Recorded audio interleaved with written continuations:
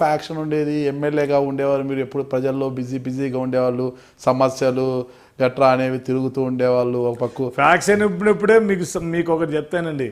Faction ఉన్నప్పుడు కూడా ఉదయం 8 గంటలకు పోతే కరెక్ట్గా సాయంత్రం 5 గంటలకు 6 గంటలకు ఇంటికి వస్తుంటే ఇంకా రాత్రి అంతా ఇంట్లోనే అన్నాం. ఇప్పుడు అది పరిస్థితి లేదు. రాత్రి 11 అయినా 12 అయినా కూడా ఇప్పుడు ఫ్యాక్షన్ లేదు కదా, బయట తిరిగి ఇంకా ప్రజల సమస్యల కోసం తిరగాల్సిన పని వస్తున్నట్టు. అంటే ఏదో ఇప్పుడు ఒక నాయకునిగా ఉన్నారు, ఎటువంటి ఇది కూడా లేదు, పదవులు లేవు, ఏం లేవు.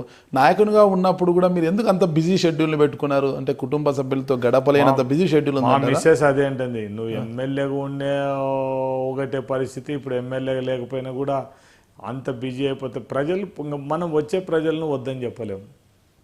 ఖచ్చితంగా వాళ్ళు వస్తుంటారు, వాళ్ళతో మాట్లాడాలి. ఇప్పుడు మన గోర్కల్ ఇష్యూ వచ్చింది, పోకపోతే ఓడిపోయినంత మాత్రాన ప్రజల సమస్యలు పట్టించుకోకపోతే రేపు పొద్దున్న మళ్ళీ వాళ్ళ మొగానికి పోయి మళ్ళీ ఓట్లాడగల కదా మన వాళ్ళ దగ్గర. ప్రస్తుతం మీరు నియోజకవర్గానికి వారంలో ఎన్నిసార్లు వెళ్తుంటారు? అంటే ప్రజా సమస్యల పరిష్కారం కోసం ఎలాంటి కృషి చేస్తున్నారు? ఇప్పుడు ఎమ్మెల్యేగా లేరు మీరు నా దగ్గరికి వచ్చిన పేద ప్రజలు వచ్చిన వాళ్ళందరూ ఆఫీసర్లతో మాట్లాడి వాళ్ళని చేయాలి, ఖచ్చితంగా ఆఫీసర్లను కాదుకూడదని చేపించేస్తాను, వాళ్ళకు న్యాయమైనది ఖచ్చితంగా చేపించేస్తాను.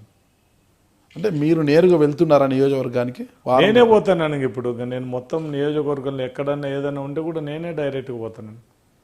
అటు కర్నూలు ఇటు హైదరాబాదు రెండు వైపులా. అంటే కర్నూలులో మీరు, కర్నూలు జిల్లాలో మీ రాజకీయం, ఇక్కడ ఉండేది ఫ్యామిలీ. అంటే ఫ్యామిలీ మీరు ఒకటి పొరపాటు, మా ఫ్యామిలీ ఎవరు హైదరాబాద్లో ఉండరు, అంతా కర్నూలులోనే. వాళ్ళు ఇప్పుడు మా పాప లండన్ పోతుంది కాబట్టి చదవడానికి, ఆ పాపను మేము వచ్చినప్పుడు మా మిస్సెస్ నాయమ్మడి వస్తుంది వీడికి 4-5 రోజులు ఉంటాం, మళ్ళీ కర్నూలుకి వెళ్ళిపోతాం. ఎక్కువ మేము ఈడ ఉండే ఇది ఇంకా మనం హైదరాబాద్లో అప్పుడు ఇల్లు కట్టించినాం కాబట్టి ఇంక ఇంట్లో ఉంటున్నాం తప్ప, లేకుంటే మేము నెలకు ఒక 5-6 రోజుల కంటే ఈడ హైదరాబాద్లో ఉండే పరిస్థితి లేదు మాది. ఎక్కువ కర్నూలులోనే ఉంటున్నాం.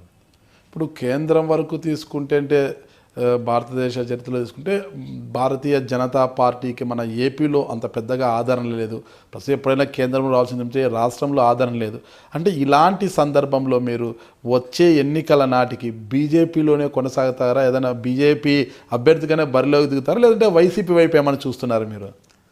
అది ఇప్పుడు మీరు మీరు ఇది చాలా క్రిటికల్ పరిస్థితి నువ్వు అడిగే క్వశ్చన్ ఇది.